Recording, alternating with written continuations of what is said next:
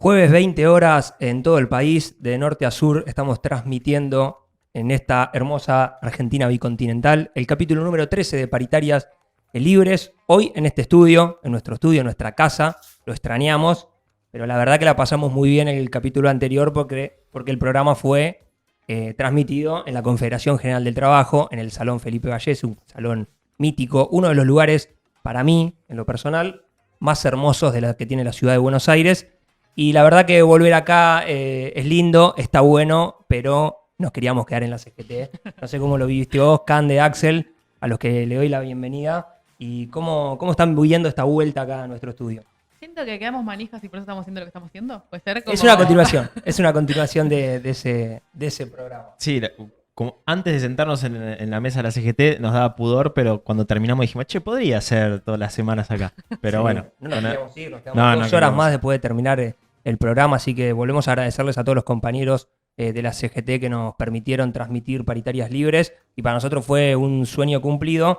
Pero como decía Cande, este programa es una continuación de aquel anterior, porque pudimos hablar de la historia del movimiento obrero, pudimos hablar de las diferencias que tenía el movimiento obrero en los hitos históricos de la República Argentina, y quedó un título que era defender el modelo sindical argentino, es defender la patria. Entonces dijimos, bueno, vamos a tratar en el programa siguiente, porque estamos muy manijas con este tema, de justificarlo, de debatirlo, de discutirlo y justificarlo. Y para eso no lo podemos hacer nosotros, aunque Cande y Axel practican permanentemente el sindicalismo porque son delegados de base. Cande acaba de asumir su segundo mandato como delegada, Axel su primero, bien ganado, así que felicitaciones porque fueron las elecciones la semana pasada. Ustedes tienen una trayectoria en la práctica, pero necesitamos también revalidarlo de lo conceptual desde lo teórico, y trajimos 2 especialistas. ¿Y qué especialistas? ¿Y qué especialistas? A mí hace unos años yo estaba como loco con esto del modelo sindical argentino, empezar a discutirlo, a debatirlo, y un amigo me dice, me tenés cansado, te voy a regalar un libro, y me regala el libro Haciendo Justicia Juntos de Damián Descalzo. Yo no lo conocía a Damián, pero empecé a leer el libro y dije, acá está todo, esto tenemos que resumirlo y tratar de hacérselo llegar a todos los delegados de base y a todos los sindicatos, porque es una defensa del modelo sindical argentino muy completa. Y entonces dijimos, hay que invitarlo para esta masterclass, para que nos ayude a debatir este tema. Así que lo tenemos a Damián Descalzo en el estudio, abogado de la UBA, magíster en Derecho del Trabajo, especialista en Derecho Constitucional, docente y, bueno, autor del libro Haciendo Justicia Juntos. Bienvenido, Damián, a Paritarias Libres. Buenas noches, un gusto estar acá. Entiendo lo del Felipe Vallese porque la primera vez que primero tenía un poco de miedo, pero la primera vez que fui a dar clases ahí, en la Escuela Superior Peronista, después no, ese salón te llena de mística. Y entiendo lo que mencionaban antes. Sí, bueno, gracias por la invitación. No, por favor, gracias a vos porque automáticamente aceptaste, no solo porque te gusta lo que hacemos, sino también porque crees necesario este debate del modelo sindical argentino, y en este momento, pues es un momento bastante difícil para los trabajadores y las trabajadoras y todo el conjunto del sindicalismo argentino ante el avallazamiento que está tratando de hacer el gobierno nacional.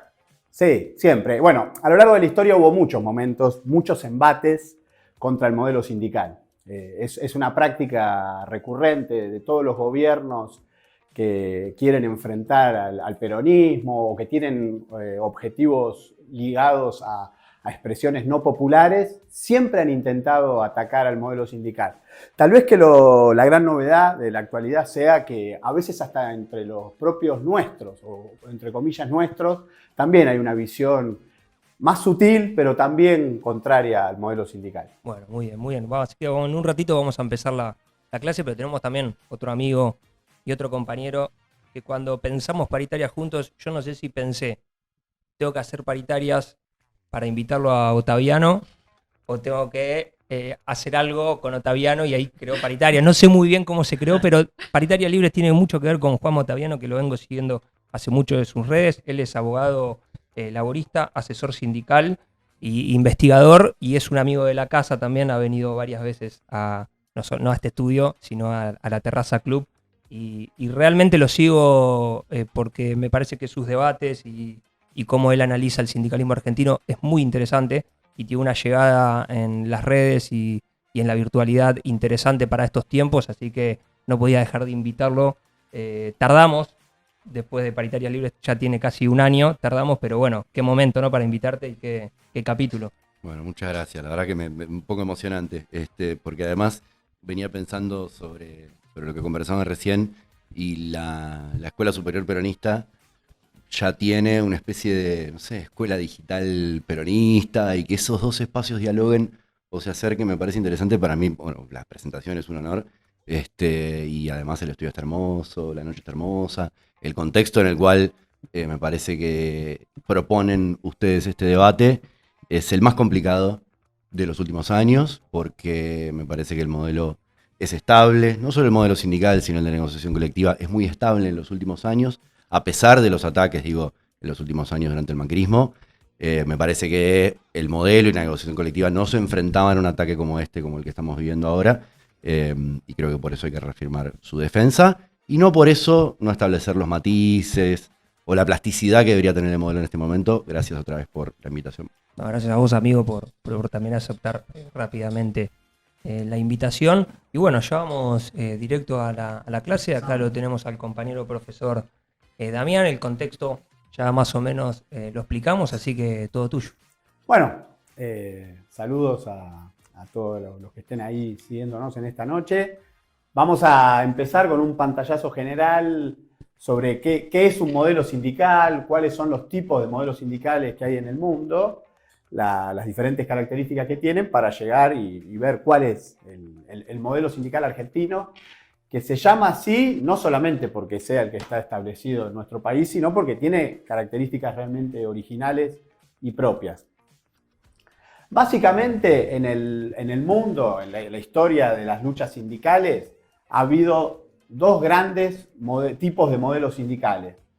Uno, el modelo de sindicato único, y uno, el que se llama de pluralidad sindical. Esto han sido, la mayoría de los países del mundo han optado por algunas de estas dos posiciones. Se advierte también que hay una tensión en este tema entre la unidad y lo que podríamos llamar la diversidad, la pluralidad, o también podríamos hablar la tensión entre unidad y libertad, ¿no? ¿Qué se prioriza? Entonces también voy a anotar acá, aunque después hay que hacer matices, ¿no? Pero que hay un objetivo de unidad, por eso la idea de sindicato único, ¿no? Busco uno, y el otro que habla de pluralidad, ¿no? Que ya nos habla de algo diversificado, ¿no?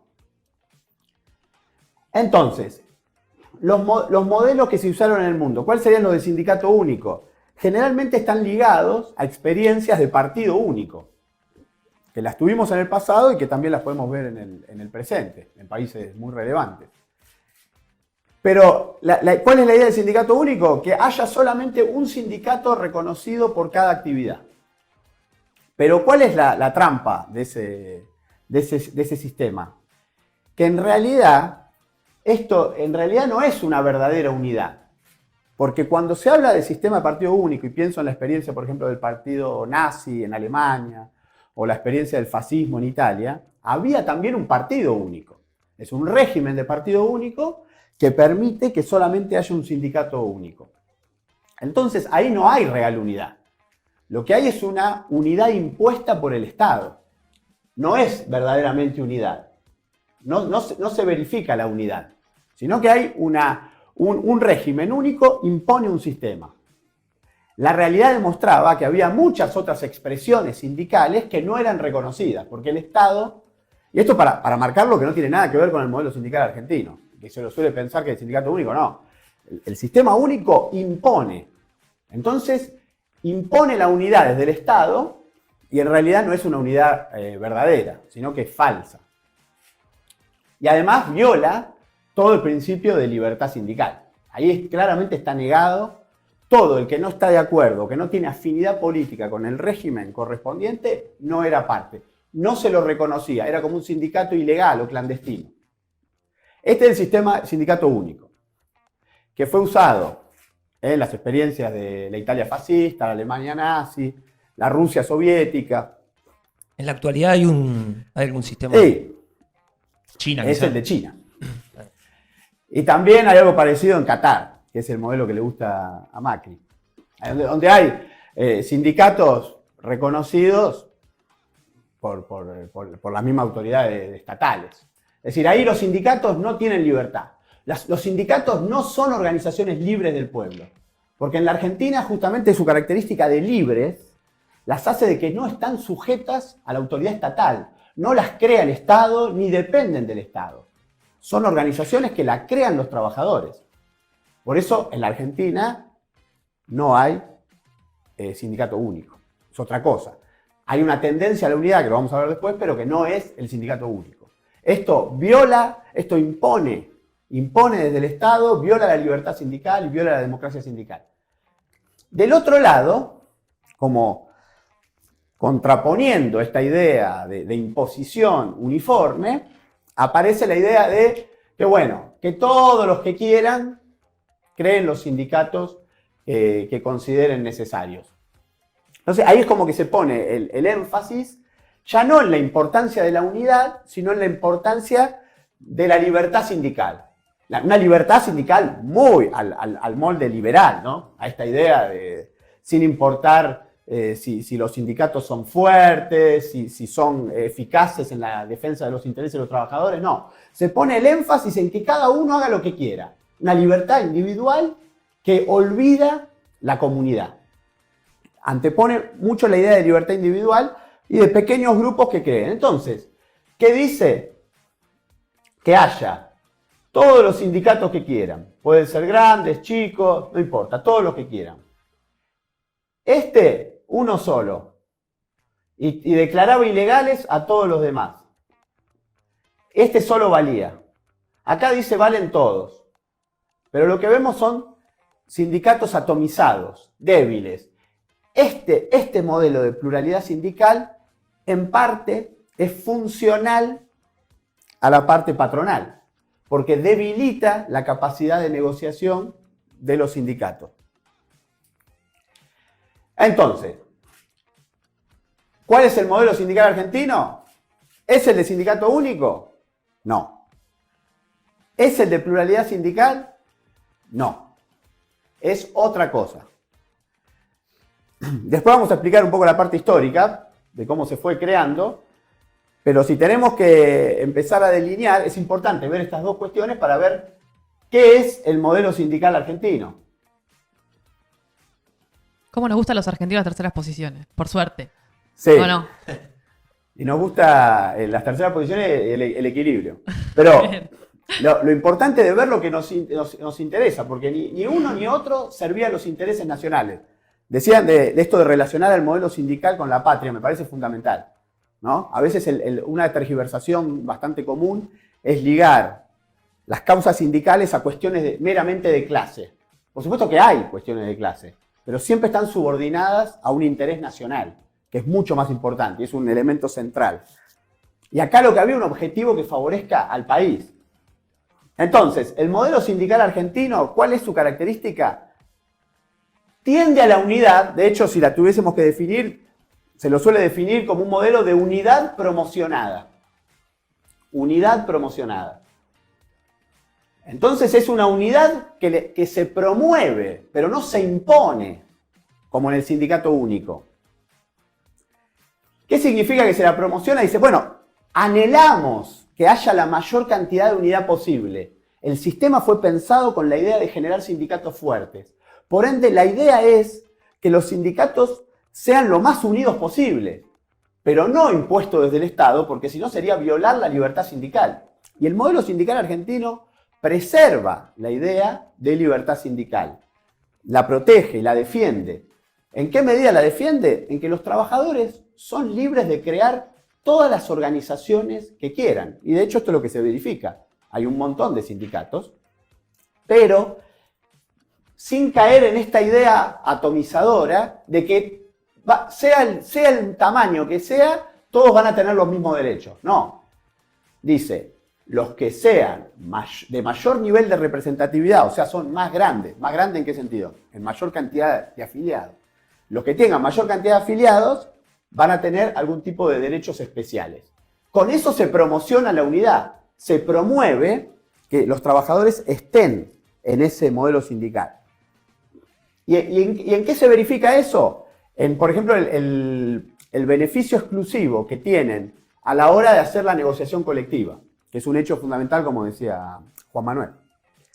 La importancia de que en la negociación colectiva no se atomice, que no se divida, que no se disperse la representación sindical. Eso es lo que le da la fortaleza. Entonces, en el modelo sindical argentino puede haber muchos sindicatos, como en el mismo modelo de pluralidad sindical. La posibilidad de crear diversos sindicatos en una misma actividad está contemplada. Por eso, repito, defiende la democracia y la libertad sindical. Tiende a la unidad, pero no la impone, como en el modelo de sindicato único. Es bien diferente. Lo que dice es, y crea un sistema especial que promocione la unidad. ¿Cómo la promociona? Diciendo, bueno, vamos a medir todos los sindicatos que hay en cada actividad. El que sea más grande, a ese le vamos a otorgar la personería gremial. Este es el hecho fundamental. Y este que tenga personería, y este que tiene personería, que gana la personería, que no la gana in eternum.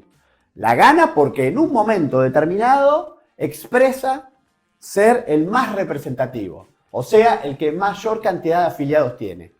Entonces, él se irá a negociar. Entonces, con este sistema de personería gremial, que tiene otros tipos de beneficios, pero vamos a concentrarnos ahora en este que es el principal, con esto se logra un equilibrio entre la idea de unidad, sin caer en la unidad impuesta, sin caer en la uniformidad, se respeta la libertad, pero no tanto como para llegar a un nivel de dispersión que reduzca la capacidad de los sindicatos, ¿no? Encuentra, como yo te mencionaba la otra vez que había visto tu participación, que hablas del equilibrio. Es una idea central.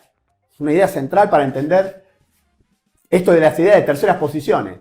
Porque los polos nos llevan a posiciones extremas, equivocadas. Entonces el equilibrio es fundamental. El equilibrio, la armonía, son palabras centrales. Porque explica, a ver, en qué momento encontramos el punto justo donde se defienden los trabajadores. Entonces, se promociona la unidad dándole facultades exclusivas al sindicato más representativo, pero se preserva la unidad. Entonces, se promociona la unidad, no se la impone, se permite la libertad sindical, pero se desalienta la fragmentación. Eso sería el resumen. Y consulta, si en algún tiempo pierde la mayoría el sindicato que tiene la personería gremial con otro sindicato sí. De la misma actividad, ¿la personería pasa directamente al que tiene la mayoría? Sí, esto para ir precisando un poco más, en términos de la ley 23.551, al resto de los sindicatos de la actividad se les llama simplemente inscriptos, ¿no? Esa sería la categoría de división. El que tiene la mayor cantidad de afiliados se le otorga la personería gremial. Al resto de los sindicatos que tengan existencia legal se les llama simplemente inscriptos, porque simplemente es que solamente están inscriptos. Todos los sindicatos, para operar como tales, tienen que estar inscriptos. Los que solamente están inscriptos se les llama simplemente inscriptos. Y a los que obtienen la mayoría se les llama sindicatos con personería gremial. Pero como decía, esto no es eterno. Puede pasar que el sindicato B, que tenía 10.000 afiliados, pase a tener 100.000 afiliados, y este que tenía 50.000 quede abajo. Pasa.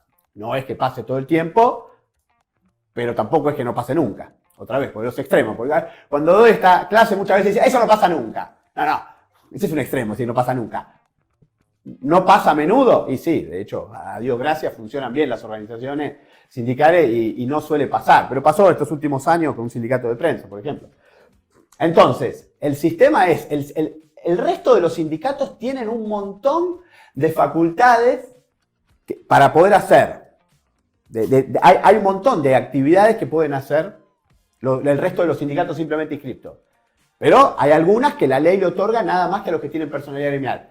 Pero estos sindicatos pueden seguir afiliando y el otro puede perder representatividad.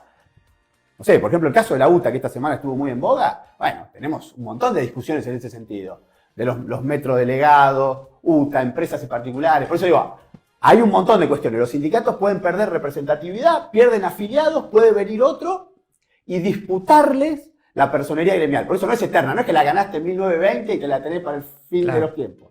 No, vos la tenés que, te la pueden discutir en todo momento. Ahí lo que pienso un poco es que nuestro modelo tiende a la armonía entre las dos partes, entre la patronal y los trabajadores, porque el sindicato, el que te impone la unidad, el sindicato único, el trabajador no elige quién lo representa, lo elige el Estado, y el otro está tan atomizado que cada partecita negocia lo suyo. En cambio, el nuestro, si bien hay libertad sindical, los trabajadores eligen quién los representa y después en la mesa de negociación representa el que más afiliados tiene. Digo, tiende a la unidad entre la patronal y el trabajador. Sí, bueno, pero una aclaración al respecto. Las patronales también la eligen ellos.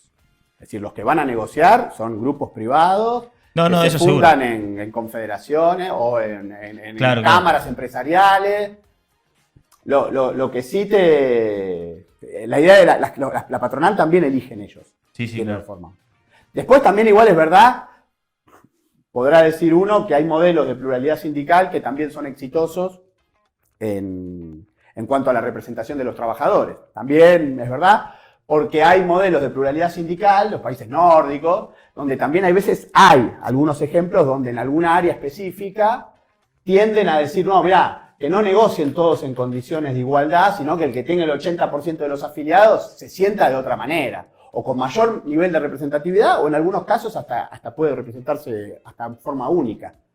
Pero quiero decir, este sistema, que lo hizo en su momento, cuando este sistema se crea, es un decreto de Perón de 1945. Después vamos a ir a la parte histórica, pero es muy interesante ver cómo Perón, cuando se topa frente al tema laboral, en 1943, empieza a ver diferentes alternativas. La tentación del sindicato único existe. De hecho, hay muchos discursos de Perón hablando en esos términos, de sindicato único.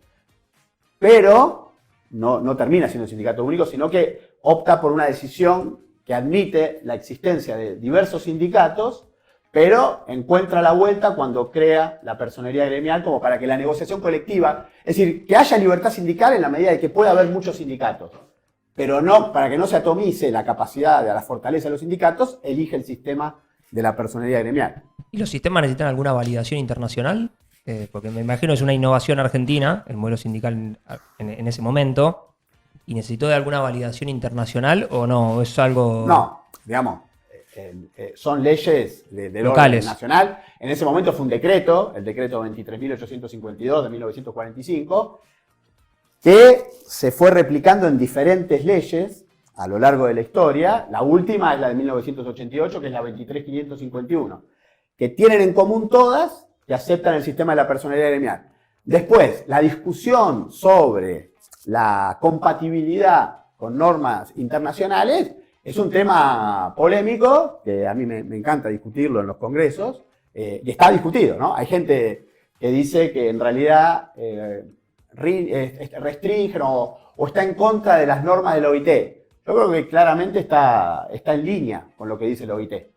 El modelo sindical, tal vez, si hilamos más fino, algunos aspectos de la ley 23.551 que han sufrido cuestionamientos de la Corte Suprema en los últimos 15 años, podrían ser vistos y tal vez que haya que hacer algún retoque. Pero eso ya es la ley 23.551 y no el modelo sindical en sí. La 23.551 es la expresión legal del modelo, pero no son exactamente lo mismo. No son lo mismo. Entonces, la OIT puede hacerte observaciones sobre, mirá, el artículo tal de tal ley, eso en realidad está en contra de algunas normas o de algún convenio de la OIT. Bueno, pero para que funcione, no, hay una amplia libertad de los estados nacionales a establecer su sistema legal, laboral correspondiente. Incluso creo que la discusión un poco estaba escuchando a otros especialistas, decían muchos convenios de la OIT incluso están atrasados para nuestro país, como son tan homogeneizantes para abarcar a la mayor cantidad de países posibles, son atrasados para nuestro modelo sindical. Sí, puede ser, sí, porque cuando vos lográs un modelo que se verifica, por supuesto con sus límites, ¿no? Porque también está toda esta discusión que ha estado muy en boga en los últimos años, ¿no? este sistema en realidad le corresponde a una parte de la población. Bueno, sí, es real, eso es una desgracia. Pero lindo sería que dijeras que el sector, que los trabajadores que mejor están, tuviesen que cambiar ese modelo porque en realidad no funciona para todos.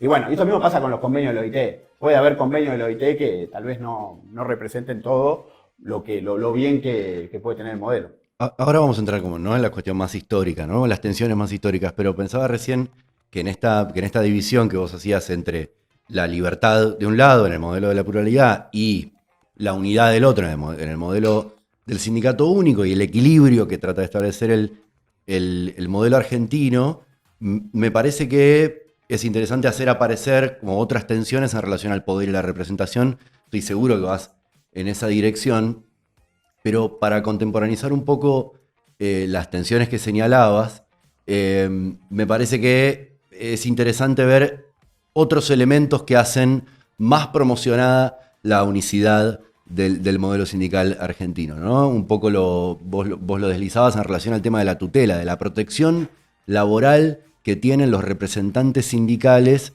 en los lugares de trabajo, o inclusive los representantes sindicales que todavía trabajan, aunque sean representantes de organizaciones sindicales de mayor grado, ¿no? No en la base.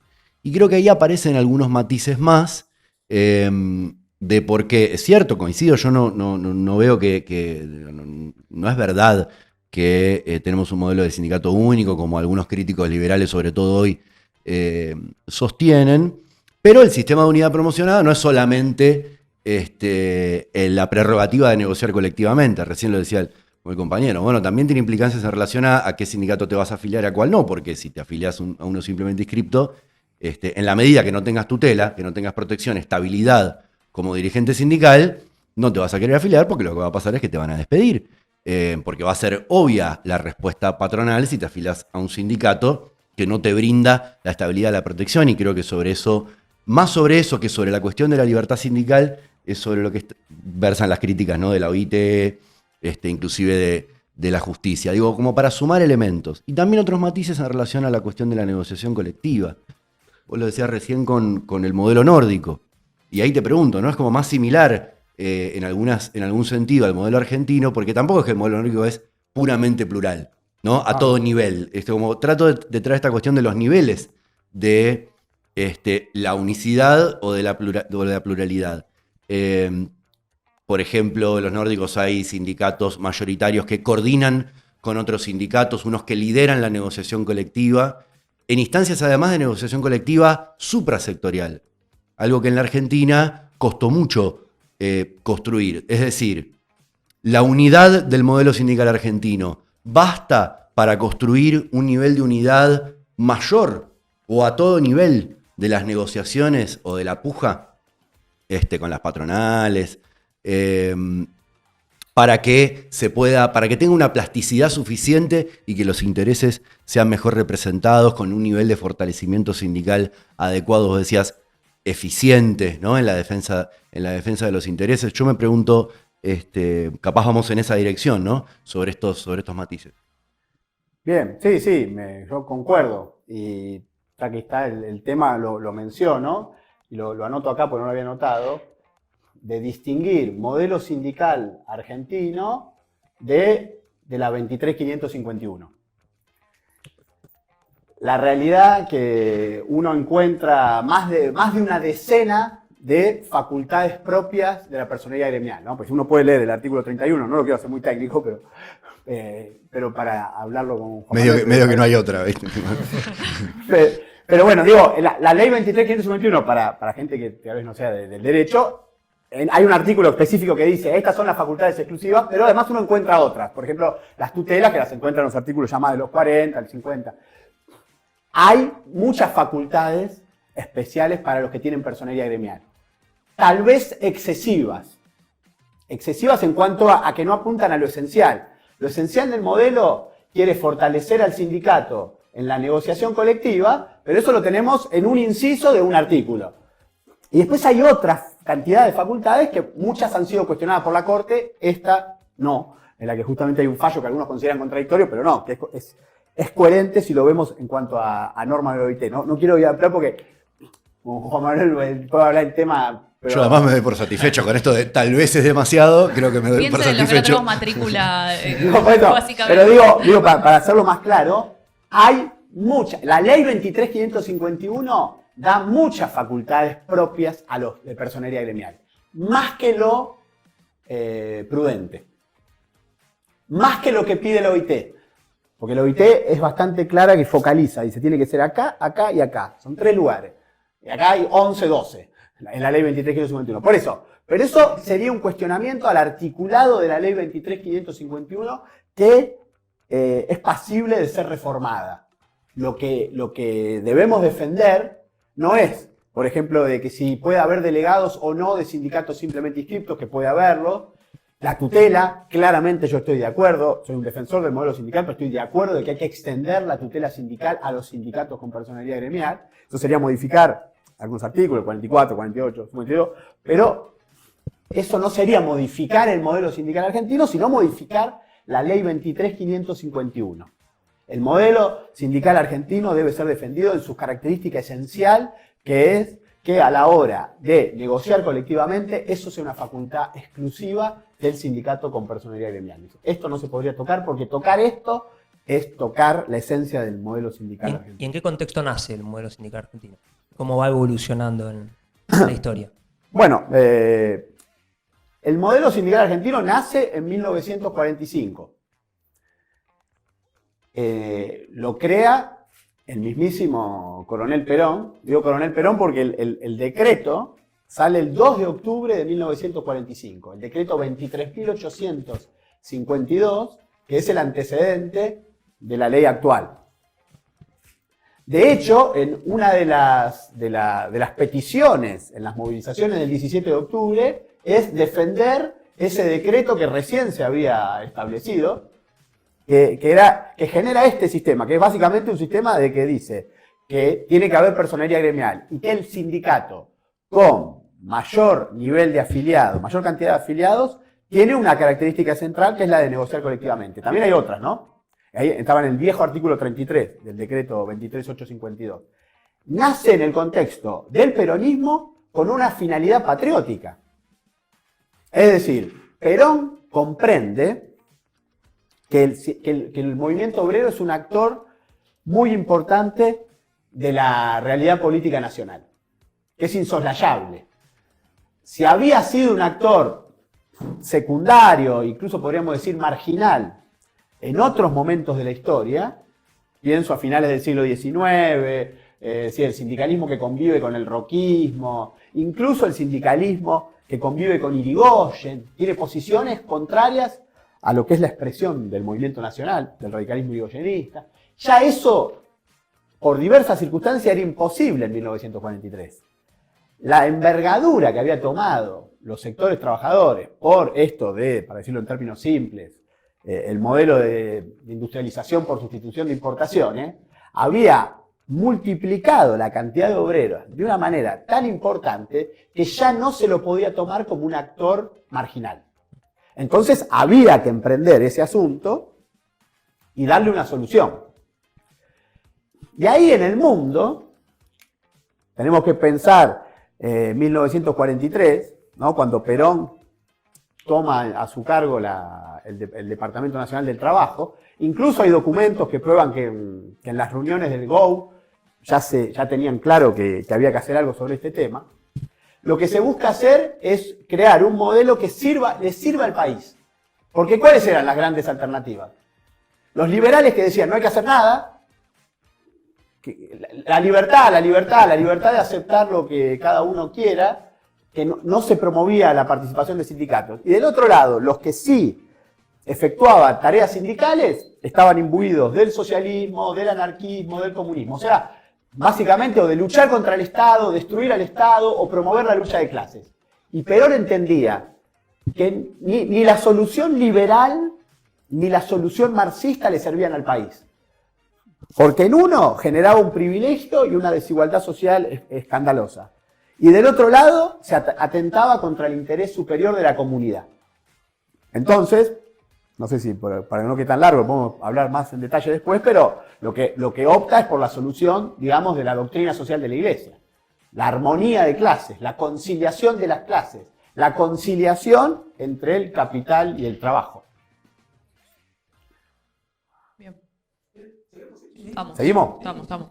Bueno, podemos entonces ampliar un poco de eso, de la doctrina social de la Iglesia, y esto de que es muy importante marcarlo, porque con respecto también al carácter patriótico del sindicalismo argentino, hay que también agregarle esa cristianización del sindicalismo argentino, ¿no? Ustedes entraron el otro día a la CGT, habrán visto, está la imagen de la Virgen ahí, está muy presente. Eso es común acá en el sindicalismo, y no porque el Papa haya sido argentino, sino desde hace décadas, desde esta época, es esa ligazón cercana que hay entre iglesia y sindicato.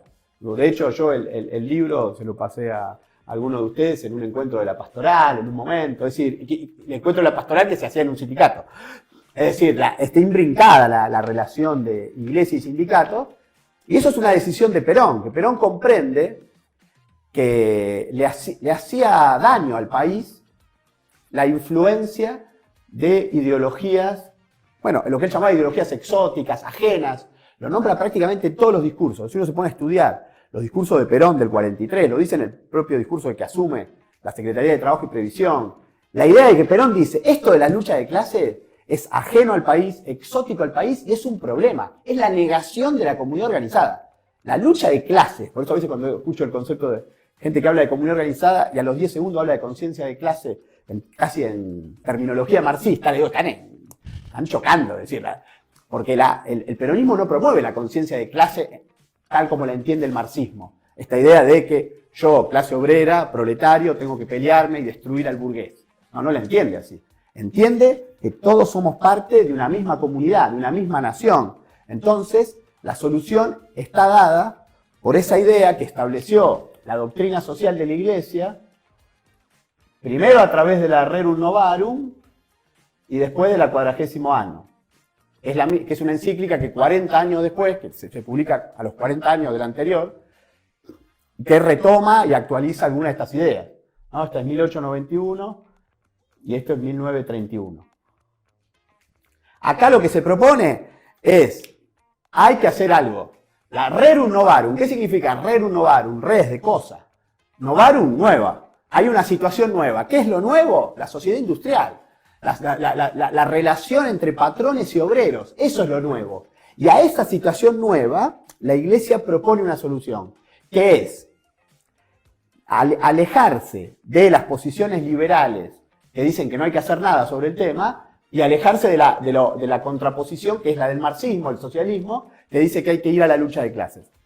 Él dice, no, tenemos que encontrar la representación sindical de los trabajadores y que negocien. Ahí aparece el elemento del gobierno, del Estado, como un instrumento, como una especie de árbitro que se pone por encima de las clases sociales y busca llegar a un entendimiento. Bueno, ahí lo que está hablando, nos está hablando de los orígenes de la negociación colectiva. Y de hecho, del mismo modo, como decía Juan Manuel, que el modelo de pluralidad sindical nórdico ha tendido hacia la unidad, también podemos ver que el socialismo en el mundo ha tendido hacia el modelo de conciliación de clases. Porque vemos que los partidos socialistas del mundo, los socialdemócratas, acusados de reformistas en su momento, pero que hoy son la regla, también creen en la negociación colectiva. Pero no hay que olvidar que la negociación colectiva en realidad es una creación del espíritu de la doctrina social de la Iglesia. Porque los liberales no creían en la negociación colectiva, porque creían que no había que meterse en esos temas, y los marxistas tampoco creían en la negociación colectiva. Decían que había que combatir, no negociar. Yo creo que ahí hay un punto interesante de acuerdo unos años antes en el plano geopolítico, internacional, como un punto de confluencia de algunas tradiciones que me parece que no eran tan homogéneas entonces ni son tan homogéneas ahora, sobre todo en un momento en el cual al interior o del movimiento obrero, inclusive del campo nacional y popular, hay como una especie de acusaciones cruzadas, ¿no? Vos sos más peronista, vos sos menos peronista, vos sos socialdemócrata, vos sos menos socialdemócrata, vos sos menos creyente, vos sos más creyente, como es algo que creo que es problemático hoy y que si no, ni valdría la pena, me parece, establecer este matiz. Pero sin dudas, por lo menos en el movimiento obrero y en la relación entre el movimiento obrero y Perón, en en el primer gobierno peronista, las tensiones estaban también ordenadas un poco de la manera que se explicaba recién en relación a que estaban confluyendo varias tradiciones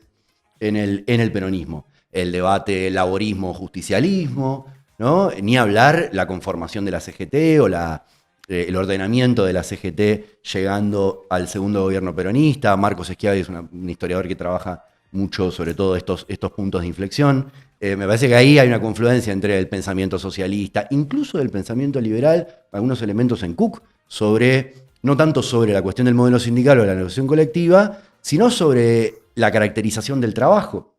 Un debate que estaba muy en boga en este momento, que el derecho a trabajar ya está consagrado, ¿no? Es liberal, ¿no? Vos te ofreces al mercado como una mercancía, ¿no? En el siglo XIX. El Estado lo que tiene que hacer es garantizar el derecho de que vos te pongas en el comercio, ¿no? Las encíclicas vienen a responder a esto, la justicia social viene a responder a decir, che, pará, son personas, no son mercancías, no pueden ser mercantilizadas de esta manera. Después está el derecho al trabajo, ¿no? A que el Estado proteja a la persona que sale a buscar trabajo y que consiga algo, ¿no? Que tenga, porque hay una necesidad de la persona de conseguir algo. Bueno, ahí hay otro pensamiento más socialista, también de la doctrina nacional de la Iglesia, que confluye en el derecho del trabajo y de la seguridad social, que se termina conjugando con el modelo sindical. Digo, ahí como traigo otros aspectos en donde en el peronismo fueron confluyendo también tradiciones a la Argentina, y en el mundo también, porque la fundación de la OIT es un poco un proceso de desmercantilización y de humanización del trabajo, al mismo tiempo que las encíclicas planteaban humanizar al capital. Digo, me parece que hay un punto de contacto en este momento histórico de la conformación del modelo, de la sistematicidad del modelo sindical argentino y de la negociación colectiva, con un desarrollo institucional del Estado, ¿no? Del poder administrativo del Estado, de la Secretaría de Trabajo y Previsión, hasta llegar a que haya un Ministerio de Trabajo, una justicia del trabajo que además sea nacional.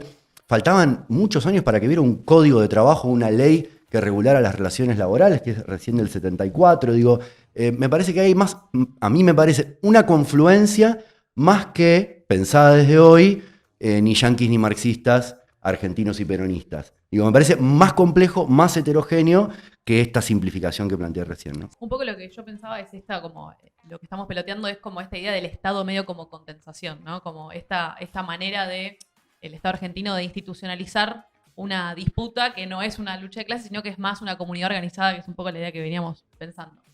A mí me cuesta, porque no soy abogada, pero pensar solamente el modelo sindical argentino como una cuestión de plano jurídico, ¿no? Y lo abro también para que lo peloteemos en la mesa.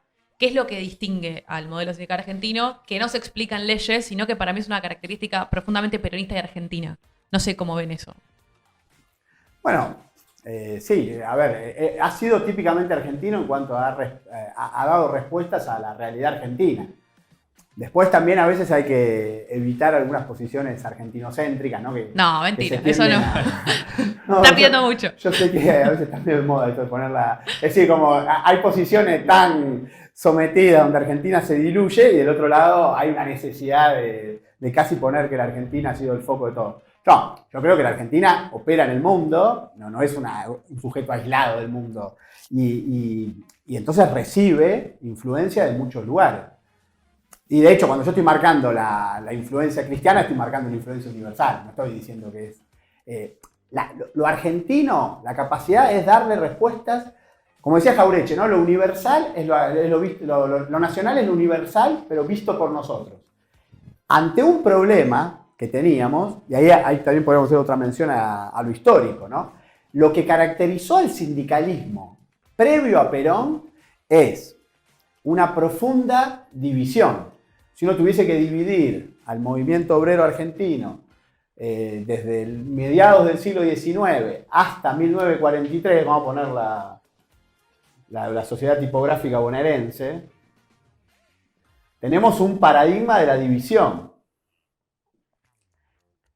Desde 1943 en adelante hay un paradigma de la unidad, pero no es que de acá hubo siempre unidad y acá todo división. Acá hubo intentos de unificación de crear centrales sindicales también unificadas. Y acá también vemos signos de división. Cuando digo paradigma, digo qué es lo que prevalece, pero no que sea una cosa como quería marcar Juan Manuel, ¿no? No es una cosa simplista de decir todo fue división, todo es unidad, no. Creo que conviven. Creo que hay algo interesante en esa historización que se hacía recién, que es también esa etapa de división fue una etapa de clandestinidad, de ilegalización, de persecución, de matanzas. Y la etapa posterior al 43, 45, una etapa de legalidad, una etapa de incorporación, no solo regulatoria, institucional, jurídica, sino fundamentalmente una incorporación política, a la legalidad política, ¿no?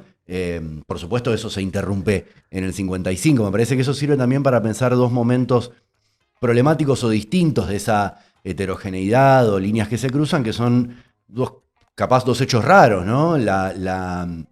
Hay normas, leyes sindicales, del modelo sindical y de la negociación colectiva que se concertaron durante un gobierno radical, como recién se decía, por ejemplo, ya en democracia, ¿no? En el 87, 88, y también a principios de los 90, y eso es un momento, ¿no? Un momento de encuentro también entre los partidos populares, ¿no? Y la CGT, el de finales de los 80. Un momento más problemático casi después, cuando se rompe la CGT por la fundación de la CTA, en un momento en el que la CGT también se estaba rompiendo internamente, cosa que sucedió muchas veces más que la ruptura de la CTA. La ruptura de la CTA fue una, pero la CGT se rompió varias veces. Los 90 fue un momento muy problemático para la unidad del sindicalismo y para su incorporación a la faz más política, ¿no? El modelo sindical a veces no resuelve todo, esto quiero plantear, ¿no? O preguntar, el modelo sindical a veces no termina de resolver estas tensiones que son estrictamente políticas, porque la etapa es mucho más compleja. Me pregunto si hoy estamos también en un momento de estas características, ¿no? Más bien bisagra. Quería retomar algo de la pregunta de ella y después voy con lo que dijiste. Creo que si podemos encontrar una característica, lo más propio de la argentinidad es justamente esta capacidad de recibir, no como algo, una influencia lejana, sino como una influencia cercana, el pensamiento de la Iglesia, las encíclicas. Y esta idea de manifestarse cristiano, que si uno analiza el movimiento obrero en el mundo, hay expresiones socialcristianas en diversos países de Europa, pero son minoritarias. La idea de un sindicalismo mayoritariamente que se hace cargo a sí mismo, yo recuerdo la solicitada, sacarle la edad, era chiquito, pero recuerdo de leerla, la solicitada cuando vino Juan Pablo II en 1987, prácticamente todos los diarios eran solicitadas de sindicalistas, diciendo el peronismo consecuente con la doctrina social de la Iglesia, es decir, había una identidad una identidad muy fuerte, y eso es típico de la Argentina y solamente existe, hasta donde yo conozco, en el movimiento Solidaridad en Polonia. Es decir, el movimiento obrero polaco, por influencia de Juan Pablo II, podemos encontrar un movimiento obrero tan fuertemente ligado a esa capacidad de recibir con beneplácito el discurso de la doctrina social de la Iglesia. Pero no se puede entender. Yo creo que hay que valorar esto propio de la Argentina, pero tampoco caer en el extremo contrario de un chauvinismo localista, donde parece que lo que se creó de la nada. No. El gran mérito es haberlo hecho realidad, porque esto es una cosa típica del pensamiento nacional argentino. Mejor que decir es hacer. Es decir, la grandeza es haberlo hecho realidad, hacerlo concreto, y hacerlo concreto en tener miles de sindicatos que negocian colectivamente mejoras para los trabajadores. El hacer es lo que hay que valorar. Esto también lo digo porque a veces en el peronismo a veces se olvida, ¿no? Yo veo a muchos que se autotitulan de peronistas y lo único que hacen es decir. Es como que si yo fuese peronista por lo que digo acá en un streaming. El peronismo, los streaming, todas estas manifestaciones son fundamentales, pero si llaman a la acción. No son un fin en sí mismo. Quiero decir, una charla, un libro, uno las hace, no porque piensa que ahí termina todo, sino que son un medio para que se siga dando la acción. Entonces yo reivindicaría eso, que no es poco, del movimiento obrero argentino. Y yendo a lo que mencionaba Juan Manuel, ¿no? A principios de los 90 tenemos este paradigma de la unidad, sufre un golpe, que es con la creación de la CGT, perdón, de la creación de la CTA. Porque el mismo sistema este de personería gremial, también eso se aplica en las centrales sindicales. O sea, el modelo daba libertad de crear todas las asociaciones de tercer grado que los trabajadores quisieran, pero nunca habían decidido crear. Había sindicatos de primer grado simplemente inscriptos, podía haber federaciones simplemente inscriptas, pero no hay, sino hasta principios de los años 90, una central sindical que se plantee ser de tercer grado, digamos, la central sindical, que no fuera la CGT. Ahora existen dos, las dos CTA, y que operan en conjunto, por lo menos en esta coyuntura, son centrales sindicales simplemente inscriptas. Digo, también esto de la división entre personería gremial y simplemente inscripto también tiene su aplicación en esas cuestiones. Y bueno, yo ahí me meto en una pregunta que es, pero una central sindical, ¿para qué necesitaría una personería gremial? Y bueno, a veces, por ejemplo, los consejos del salario que son invitados, o las representaciones internacionales, digamos, porque las facultades, de que vayan al OIT, decir, hay una posibilidad. Pero entonces no está en la ley entonces que una central sindical tenga, vamos a decir, privilegios, preeminencia sobre otras centrales sindicales. Digo, no es que hay... Sí, pero ¿qué efectos tendría darle la personería gremial a la CTA si en verdad la CGT no tiene personería gremial? Lo que tienen sus sindicatos afiliados tienen personería gremial. Sí, pero vos ves que igual como funciona, porque una cosa sería si hubiese posiciones disímiles y vos mismo la CGT, el otro día, por ejemplo, el 1 de mayo, y fueron los miembros de la 2CTA y recibieron al gobernador de la provincia de Buenos Aires.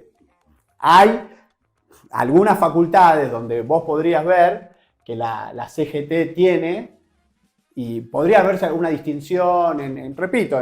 Pero eso es una foto política, digamos. Es como, no, pero me refiero... Para hacer la distinción entre lo que el modelo sindical establece jurídicamente, para no tratar de usar lo que establece jurídicamente, que claramente es el derecho de negociar colectivamente para los sindicatos que tienen personería gremial, no tratar de hacer extensivo eso a las centrales sindicales, en la medida que también hay una tensión entre representación y poder. ¿Por qué digo esto? Porque una cosa es tratar de ampliar la representación resignando poder, y otra cosa es tratar de mantener el poder para lo minoritario resignando representación. Hoy me parece que al nivel de las centrales sindicales, esa tensión puede ser resuelta en favor de fortalecimiento sindical y confluencia de las centrales, porque las centrales no negocian colectivamente. Sí, bueno, por eso, pero justamente de hecho... No tenemos un Consejo Económico y Social. Y en el Consejo del Salario participan todas las centrales. Sí. ¿No? Como... O sea, vos apuntás a reducir un poco la atomización, si se quiere, incluso. No, a ver, lo importante es lo que se da en la acción y están operando en conjunto. Pero cuando están operando en conjunto, el problema no se ve. Pero claro, si tuviesen posiciones disímiles, sí habría un problema, porque estaríamos teniendo una atomización de poder. Pero bueno, está claro que es verdad que se creó en un contexto donde hubo diversos sindicatos, pienso en ATE, en CETERA, que entendían que la CGT no los representaba. Entonces fueron creando nuevos espacios.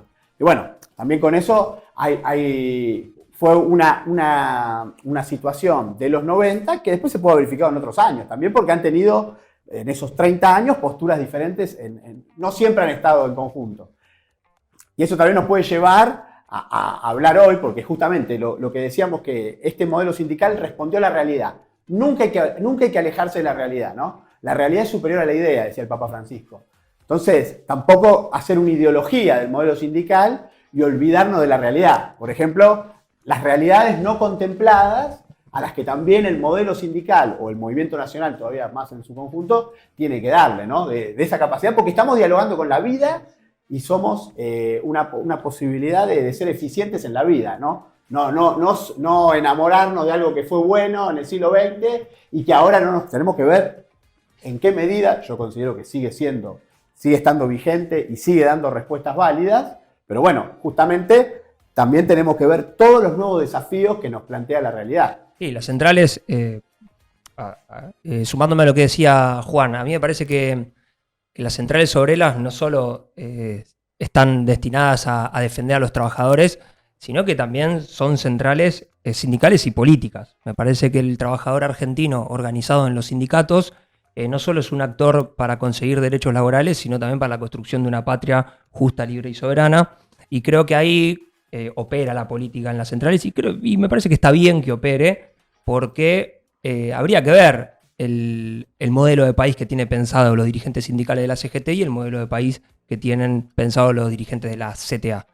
Entonces me parece que si bien legalmente no se puede diferenciar las centrales con una personería, porque la personería no lo ocupa, pero sí se puede diferenciar del modelo de país que tienen las diferentes centrales, y creo que está bien esa diferencia, porque el sindicalismo argentino, a diferencia de otros sindicalismos del mundo, es un actor fundamental en la construcción de un modelo de país, y creo que ahí la CGT siempre estuvo a la altura de los momentos históricos, y no está mal, digo, que se juegue también la política y no solo esté limitado en la cuestión legal. Me parece que las centrales obreras tienen que estar permanentemente pensando un modelo de país junto a la política. En algún momento también eran parte de los cierres de listas y se ponían candidatos, digo, del movimiento obrero. Creo que el sindicalismo tiene que volver a tomar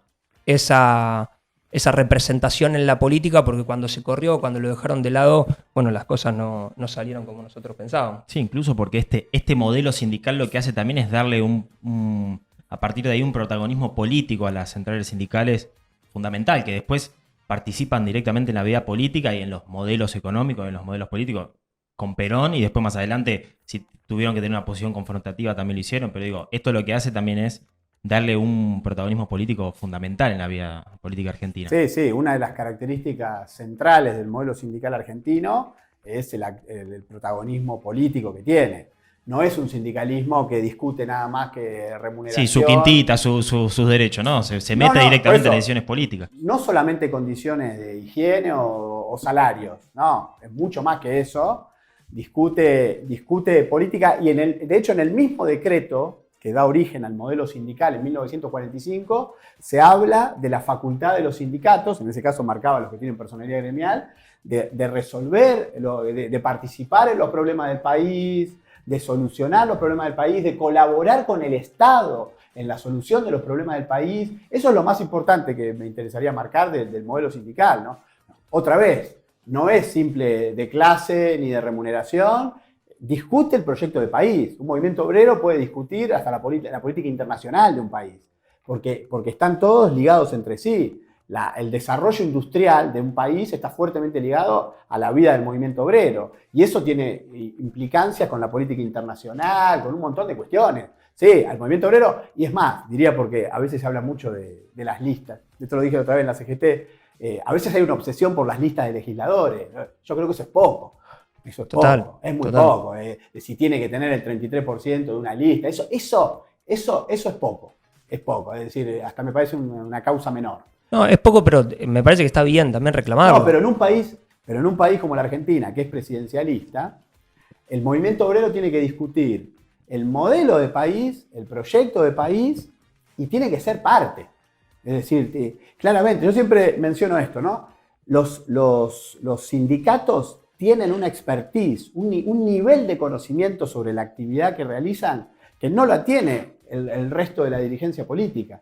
Entonces es clarísimo que hay un montón de dirigentes sindicales que tienen un nivel de conocimiento sobre áreas específicas que los hace muy, muy pertinentes para ocupar cargos. Me refiero a subsecretario de Estado, secretario de Estado, ministerios.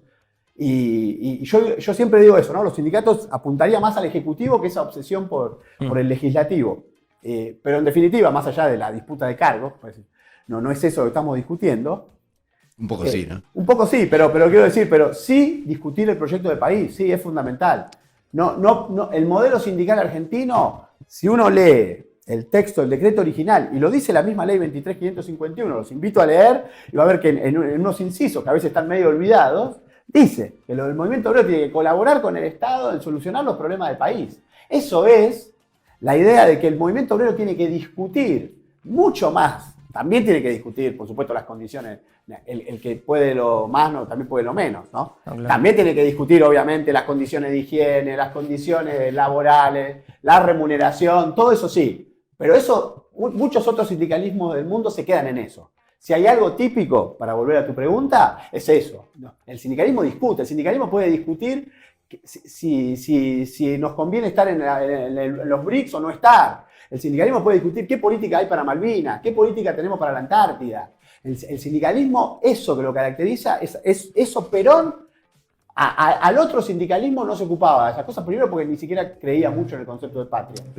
Perón impulsó a crear un movimiento obrero que sea parte de la comunidad organizada, no una clase social de proletarios discutiendo sus derechos de remuneraciones, sino unos trabajadores que eran parte esencial del país y que, como son parte esencial del país, tienen derecho a discutir hacia dónde va el rumbo que ese país tiene. Creo que hay un aspecto problemático en relación a la dependencia mutua entre un modelo de Estado y un modelo sindical y de negociación colectiva. En este sentido, me parecen más interesantes los procesos en Europa y sobre todo en la región, en Latinoamérica, de los movimientos obreros que se respaldan en los partidos o movimientos populares, ¿no? En los momentos de crisis, y además los partidos populares se respaldan en el movimiento obrero en los momentos de crisis. Hay un problema con los momentos de avance, ¿no?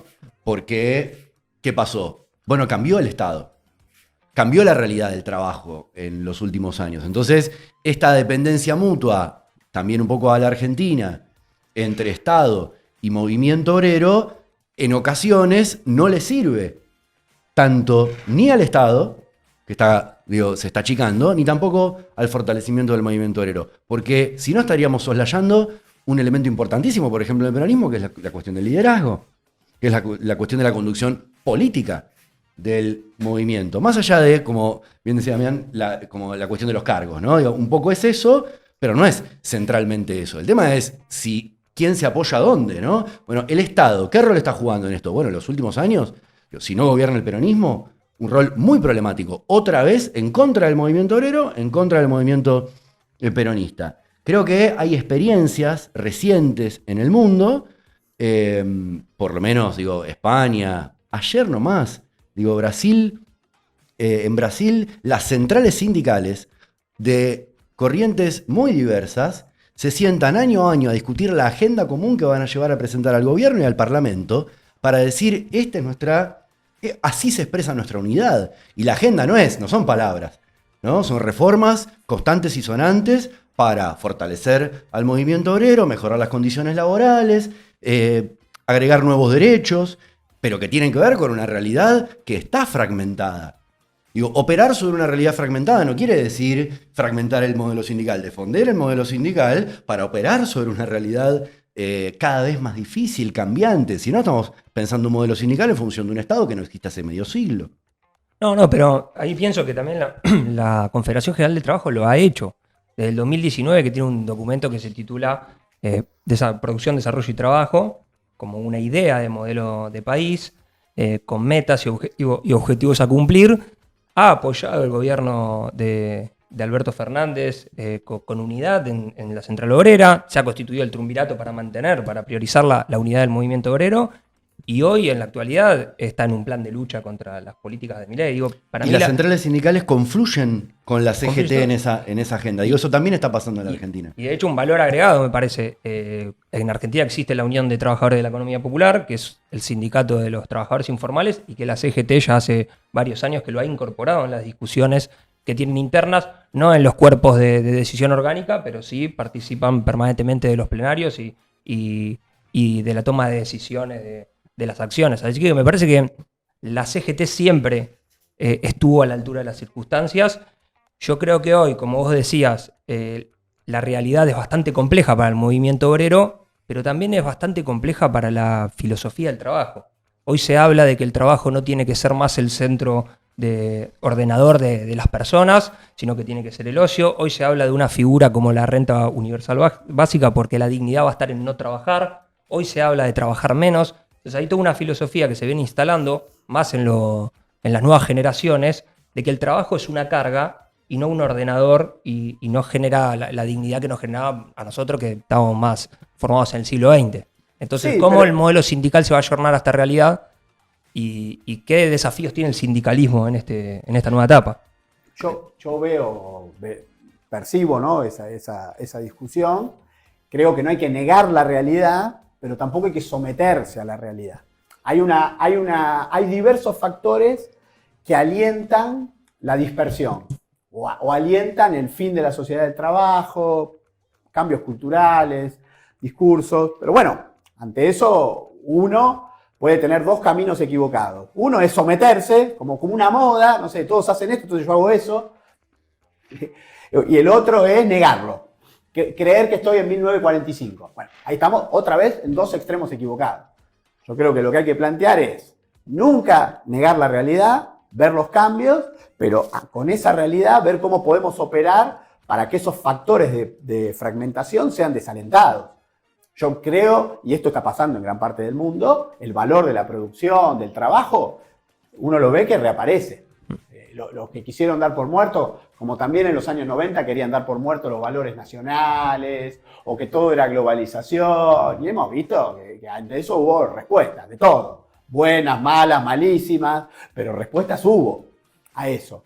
Y esto es lo mismo. La idea de que va a terminar la sociedad del trabajo, o que el trabajo no va a ser el ordenador, bueno, desde este lado, ahí tenemos entre todos elaborar una propuesta, y ahí también tenemos una ayuda como Perón recurría a la Rerum Novarum y a la 40º Anno, tenemos en las encíclicas del Papa Francisco, en la Laudato Si, en Fratelli Tutti, qué hacer ante los cambios de una economía una estructura económica que quiere destruir el ambiente, y no el ambiente de una visión ecologista, de salvar una foca del mar de Noruega, sino cuando está hablando del ambiente, está hablando de las personas, ¿no? Porque la persona está en el centro.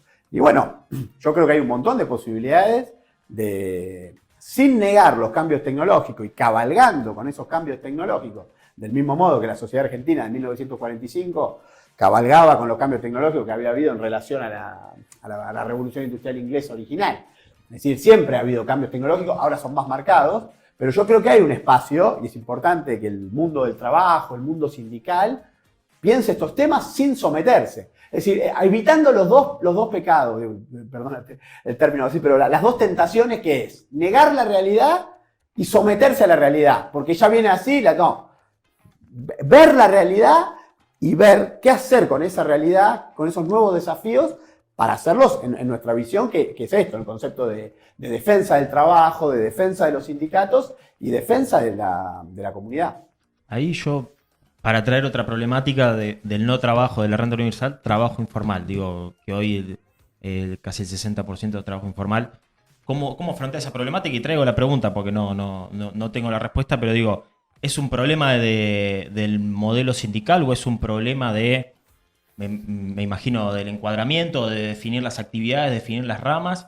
¿O es un problema, como decías vos recién, de los sindicatos tratando de apoyarse en el Estado, pero el Estado a la vez que no trae soluciones para ese mercado informal? Todavía no encuentro bien desde dónde apuntarle a ese problema. Bueno, yo sobre eso tengo una posición que es cuando dicen, bueno, el problema son los derechos laborales. Entonces, el problema es el modelo sindical o el problema es la ley de contrato de trabajo, que ahí es todavía más atacada que el modelo sindical. Claro, porque también recién cuando vos decías del problema de o aceptar totalmente o someterse, es como que también que el mercado laboral actual no se someta a que sea totalmente un mercado informal. No, por supuesto, pero además que esas son excusas. La idea, por ejemplo, la ley de contrato de trabajo es el problema. Y entonces vos decís, bueno, ¿por qué vos no tomás trabajadores? Uno podría hablar, ahí volviendo al tema del modelo de país, podríamos hablar de quién se queda con la riqueza en la Argentina, qué se hace con la explotación de los recursos naturales, que también habría que hacerla esa discusión, ¿no? Que es una discusión válida para el sindicalismo. Parece media lejana, pero habría que hacerla. Pero después, yendo a casos más concretos, y yo, un comerciante de este barrio, ¿por qué no toma trabajadores? Yo lo veo todo el tiempo en tribunales, estaba el otro día y había uno que dice, no, porque cada juicio se funde uno. Eso está muy instalado. Y la realidad es que uno tiene que ver la estructura de costos. A ver, ¿qué es? ¿Vos por qué no podés tomar trabajadores? ¿Porque le tenés que pagar más por lo que dice la ley de contrato de trabajo? ¿O cuánto sale el valor de la tierra? ¿Cuánto sale alquilar? ¿Cuánto sale pagar los servicios públicos? Y ahí tenemos un montón de problemas. Porque hay que ver, un comerciante, cuánto gasta, por ejemplo, en un alquiler, si uno tiene que poner un local acá en Parque Chas. ¿Cuánto sale un alquiler? ¿Cuánto sale los servicios? Es decir, hay muchos costos, pero hay una intención ideologizada de decir que el problema es al trabajador si lo pongo en blanco. El problema son las cargas sociales. Y o sea, es una especie de mito instalado. Claro, no, pero es muy fuerte. Es muy fuerte. Eso hay que discutirlo. Por supuesto que con la gente que haga los estudios pertinentes y que demuestre, no, mira, a vos este alquiler te sale 6 millones de pesos y te podría salir 2. Ahorrarías 4 millones de pesos por mes, que es más que lo que le paga a 3 empleados. Entonces, ahí yo digo un punto, para discutirlo. ¿Cuánto se gasta en energía eléctrica? Pero digo, los servicios es un rol muy importante en gastos. Y muchísimo lo que se gasta en alquiler o llegar, si querés ser propietario, la plata que tenés que invertir. Y de eso no se habla nunca, o se habla poco. Siempre es el problema de la ley de contrato de trabajo, el artículo tal que dice que yo sé. Entonces digo, no, entonces argumentan, no lo pongo en blanco porque me fundo si lo pongo en blanco. Sí. Y bueno, yo no puedo estar más de acuerdo en que es relajar protecciones sociales, relajar protecciones laborales, reducir derechos, no es una manera de incluir, ¿no? Esto me parece que tiene que estar como... Es una línea que no se negocia, ¿no? Nunca funcionó, además, no es que es una cuestión ideológica, no funciona. Relajás protecciones sociales, no es que elevás la productividad, etc. ¿Por qué? Por lo que decía recién en relación a la estructura de costos. Los costos efectivamente no están solamente en el trabajo, hay costos en otro lado. Cuando te están diciendo que los problemas son los costos del trabajo, lo que están diciendo es no mires los otros, ¿no? Es decir, desvalorizar el trabajo. Esa es la propuesta política del neoliberalismo, la más preeminente, ¿no? ¿Cómo hacer para desvalorizar el trabajo? Ahora bien, es como si hubiéramos partido la discusión y el mundo del trabajo entre formales e informales, ¿no? Y eso me parece problemático. Entiendo el señalamiento, ¿no? Forma, ¿qué es? Bueno, el que tiene derechos, ¿no? El que está protegido. Ese sería el formal. Ahora, en el mundo asalariado, que deberían ser todos formales, ya sabemos que hay una enorme heterogeneidad, ¿no? Por sectores, público-privado, actividades económicas, una enorme heterogeneidad. Siempre la hubo, ¿no? Ahora, del lado de los informales, ¿qué hay? Hay asalariados no registrados, ya tenemos el mayor grupo, ¿no? Asalariados, personas que trabajan para un patrón y no están registrados. Pero también hay una enorme heterogeneidad entre los no asalariados, de hecho son la mayoría. Y definitivamente la informalidad no es más de la mitad. Esto me parece que hay que sostenerlo, repetirlo. No es cierto que la informalidad en la Argentina le ganó a la formalidad. Todavía no sucedió. Hay una encuesta reciente del INDEC, este estudio no estaba, que indica que la informalidad es del 42%. ¿Esto quiere decir que la realidad se puede seguir trazando entre formales e informales? No, tenemos que reconocer las heterogeneidades. Y hay una heterogeneidad muy importante en el trabajo independiente. Hay una heterogeneidad muy importante en la economía popular, en el trabajo no asalariado. Y eso no está representado ni por el modelo sindical ni por los sindicatos. Y ahí tenemos un problema. Yo estoy convencido que se puede, sin resignar poder, ampliar la representación para incluir en estos términos, en los términos en los que el movimiento obrero puede pensar y la política puede pensar un horizonte común para todo el conjunto de los trabajadores y las trabajadoras, más allá de donde se encuentren en los fragmentos o en los segmentos del trabajo. Como dice la Constitución Nacional, proteger el trabajo en sus diversas formas. ¿Por qué estamos fijándonos? No, tiene derecho si trabaja para un patrón. Y si no trabaja para un patrón, ¿qué no es un trabajador? ¿No es merecedor de derechos? ¿Quién paga esos derechos? Algunos dicen, no, hay que darle una plata en el bolsillo y la tiene que pagar el Estado. Yo me pregunto, ¿de dónde sale esa plata? ¿La va a poner el sector privado? ¿La va a poner el mercado? ¿Vamos a tener de nuevo la discusión sobre la estructura de costos? ¿Quién va a poner la plata para pagar los derechos, la seguridad social, la jubilación, las licencias de esos trabajadores independientes que hoy no tienen derechos. No, el mercado no lo va a poner. Eso sería, como decía Damián, resignarse ante la realidad. No, yo creo que eso hay que ponerlo en discusión. ¿Qué va a aportar el sector privado y los empresarios, vamos a decir, el capital, para sostener los derechos de esas personas que no trabajan como asalariadas, que trabajan como independientes y hoy se están pagando sus propias licencias? Trabajador independiente no tiene vacaciones. Se las paga a sí mismo. Eso no son vacaciones pagas. Eso, digo, ¿lo tenemos claro? Bueno, ¿cómo hacemos para ampliar también derechos ahí? Creo que va acompasadamente ampliación de la representación, ampliación de los derechos. ¿Quién tiene que poner los recursos? Bueno, pongámoslos juntos. Que la comunidad los ponga. ¿Por qué lo tienen que poner solo los trabajadores? Que lo ponga también el mercado. ¿Acaso esos trabajadores no están mercantilizados? No tienen que salir al comercio a vender lo que pueden, como pueden, así sea en un puesto, en la calle, trabajando para una feria. Digo, esto es una realidad de todos los días. Estas son personas que se están pagando su propio descanso y nadie las protege. Se organizaron. Creo que los trabajadores se organizaron. No es todos los trabajadores independientes se organizaron en la economía popular, pero esos trabajadores se organizaron. Y las centrales sindicales, en especial la CGT, le abrió las puertas a ese conjunto de trabajadores. Eso me parece un hito de la unidad sindical, un nuevo logro del modelo sindical y del movimiento obrero argentino. Me parece que ahora la tarea quizás es un poco más ambiciosa en adelante. Sí, grandes preguntas que dejamos planteadas, que está bien, porque hay un montón de compañeros y compañeras de diferentes sindicatos que nos están mirando.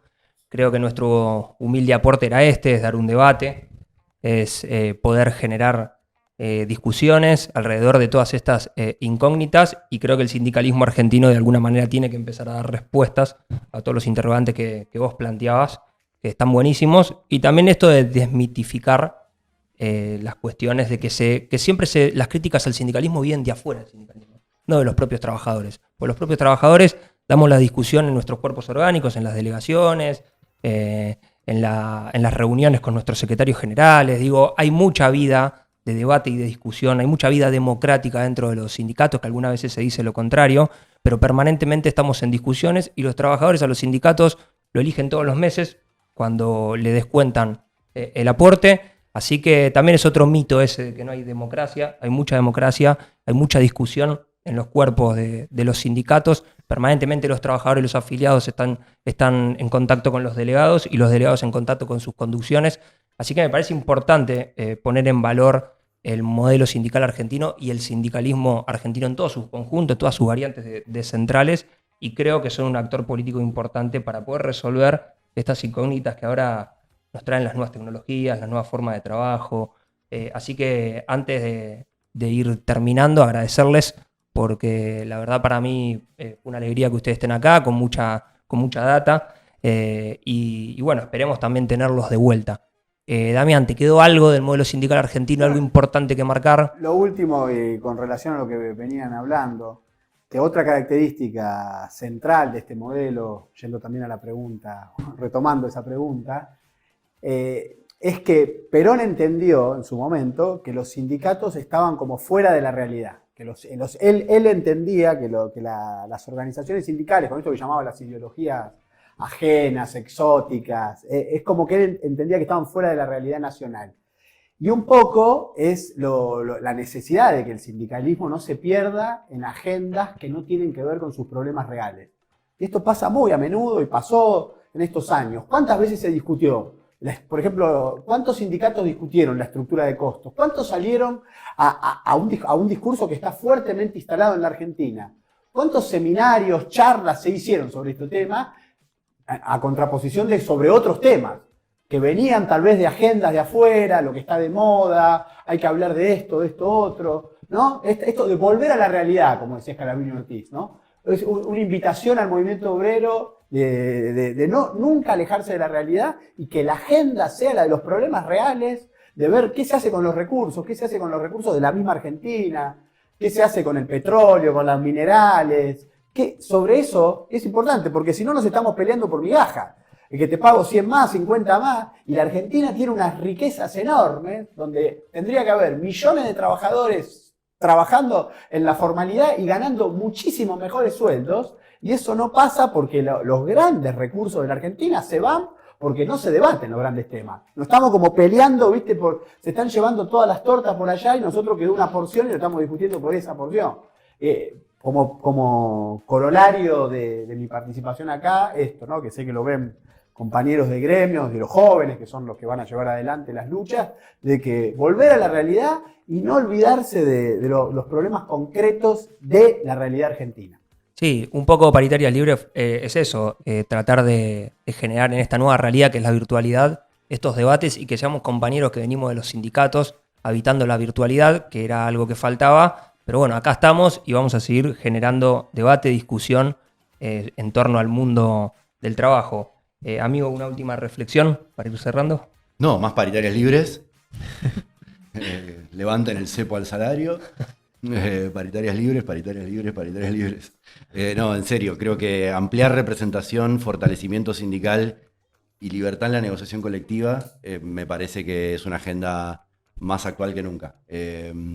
Creo que el nombre del programa, de esta iniciativa, de este ámbito, hoy se resignifica de una manera increíble. Recordemos, hoy el gobierno nacional está diciendo que es legal ponerle techo a las paritarias, que por cierto, sin lugar a dudas, en los últimos meses están por debajo de la evolución inflacionaria. Eso es un serio problema en términos distributivos, genera más desigualdad. Lo que se viene, me parece que este año se va a plebiscitar eso, es que van por la negociación colectiva y van por el modelo sindical. Y entonces vamos a tener que defenderlo. Tener una agenda de ofensiva también es defender el modelo, la negociación colectiva, la igualdad y las paritarias libres. Bien. No tengo duda que el movimiento obrero argentino va a estar a la altura de los nuevos tiempos y de los nuevos desafíos. La idea, después nos vamos a poner de acuerdo que esto se transcriba, esta charla, y generar algún apunte para la militancia sindical, que después obviamente la vamos a estar repartiendo en nuestro sindicato seguro y ojalá podamos repartirlo en todos los sindicatos, porque me parece que por ahí quizás no llegamos a conclusiones, a soluciones, pero sí nos hicimos preguntas y creo que esas preguntas me parece que son disparadores para que todos debatamos. Los esperamos de nuevo. Damián, Juanma, gracias realmente. Muchísimas gracias por la invitación. Es la primer masterclass que hacemos, estábamos bastante nerviosos, venimos de hacer el programa en la CGT y después con ustedes que tienen mucho recorrido en el debate del mundo del trabajo, así que esperemos que Paritarias haya estado a la altura de ustedes dos. Y gracias a todos los que nos están viendo, suscríbanse en las redes, amiga. Paritarias Libres en TikTok, Paritarias Libres en Instagram, Paritarias Libre en Twitter y en YouTube, ya saben. Suscríbanse, chicos. Pará, y tenemos un regalito de Damián. Una cuestión. Para la comunidad trabajadora. Sí. Esta comunidad sigue creciendo. Yo quiero que me lo firmes. Hay mancazo al aire. No es poca cosa haber estado 1 hora y media hablando de sindicalismo. Con una pizarra. O sea, es bastante contraintuitivo. Así que por eso, encima, somos analógicos y traemos libros. Y Damián nos regaló 2 libros que lo vamos a estar sorteando. Esto va a ser un recorte para redes, así que van a ver las condiciones y se van a llevar un libro de Damián Descalzo, que es un lujo. Bien, perfecto. Así que a la comunidad hay regalito para ustedes. Gracias a toda la producción y a todos los chicos que están detrás de cámara que hacen posible esto. Y gracias a ustedes que nos miran todos los jueves. Nos vemos el próximo capítulo. Vamos a estar haciendo un especial de las elecciones de Capital Federal. Es el último jueves previo a las elecciones, donde se van a definir los legisladores en la Ciudad de Buenos Aires. Una elección bastante interesante, porque creo que no solo se discute la cuestión local, sino que hay una cuestión de sentido nacional que se va a poner en boga ahí en esas elecciones. Así que vayan a votar, es importante que todos participen y vamos a estar haciendo ese especial el jueves que viene. Gracias a todos y nos vemos la próxima.